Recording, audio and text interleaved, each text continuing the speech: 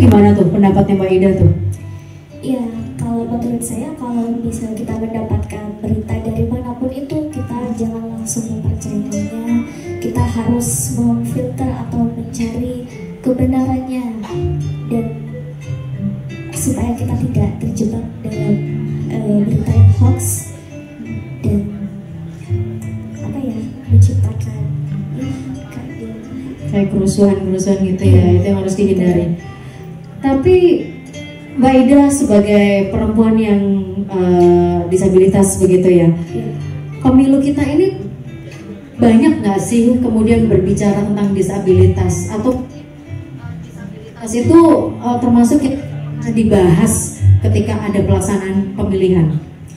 Kalau menurut saya sudah lumayan, karena di Pasuruan sendiri sudah sering diadakan sosialisasi tentang bagaimana cara kita memilih sebagai kita disabilitas, dan juga pentingnya memerangi money politik. Dan kemarin juga di tahun 2019 di Pasuruan sudah mengadakan sekolah kader partisipatif, dan saya adalah salah satu peserta di sana. Sebagai salah satu peserta, ya. Apa yang diajarkan di sana? Ngapain aja di sana? Yang diajarkan di sana adalah beberapa materi, dan sudah merubah mindset saya. Awalnya saya tidak tahu ya bahaya money politik itu apa gitu, tapi dengan sekolah kader partisipatif saya jadi lebih tahu bahwa uang itu bukan segalanya. Uang itu hanya ini saja. Menurut saya yang lebih penting adalah pemimpin yang bertanggung jawab dan pemimpin yang bebas korupsi adalah pemimpin yang bisa menentukan Indonesia untuk lebih baik lagi.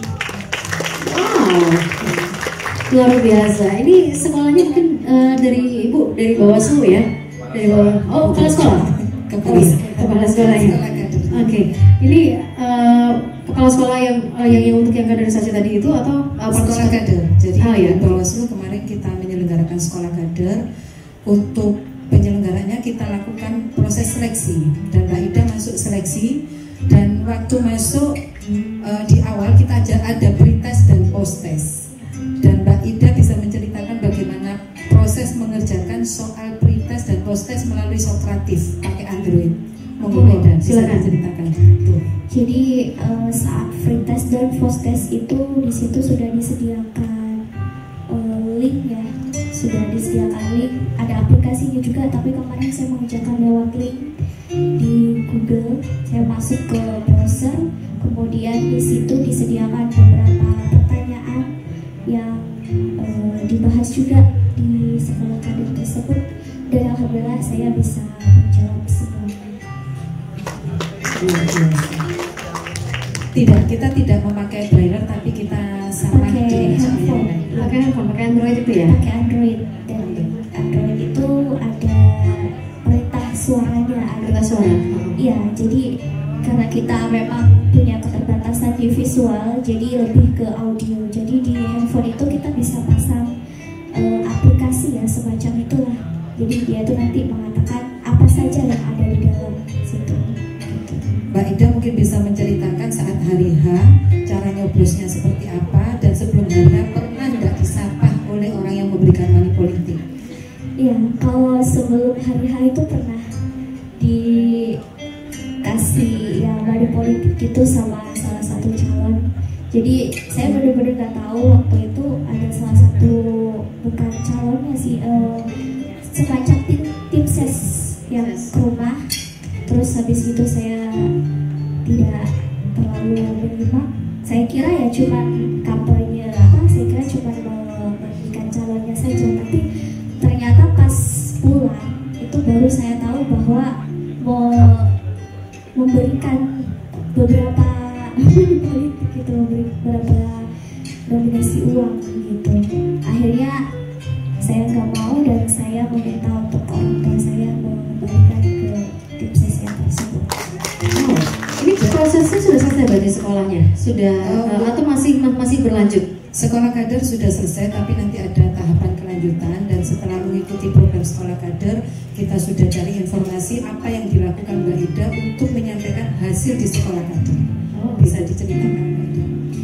Ya, pertama kita sosialisasi ke lingkungan teman kita dulu, lingkungan Pertuni, karena saya juga ikuti organisasi Pertuni, Persatuan Tunanetra Indonesia, dan saya mensosialisasikan pentingnya partisipasi kita dalam pemilihan umum dan pemilihan kepala daerah, dan pentingnya memerangi money politik. Luar biasa. Sekali lagi sih masang musik sopo sih Pak Talian sih. Untuk si Dewi lo berasa kayak makin emosionalnya beda. Ini sama dengan yang lainnya bos, nggak usah dikasih musik yang berbeda, tolong. Mungkin program kalian sih. Karena ini sebenarnya disabilitas itu tidak berbeda dengan yang lain, jadi tolong jangan dibedakan. Disabilitas juga punya hak yang sama, termasuk dalam hak suara.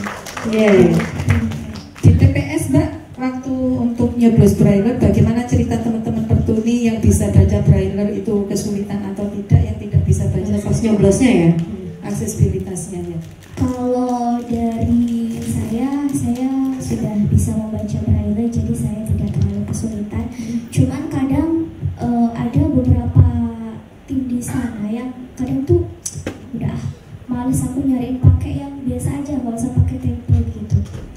Kemarin tuh ada teman yang mengalami seperti itu. Padahal sebenarnya sudah tersedia di sana, tapi petugasnya belum mau mencarikan gitu. Petugasnya belum mau mencarikan waktu itu ya? Iya. Jadi udahlah pakai yang ada aja gitu. Tapi teman-teman disabilitas memang punya semangat untuk apa istilahnya berpartisipasi dalam pemilihan, baik itu mungkin mengawasi ataupun juga hanya sebatas sebagai pemilih yang nyoblos aja.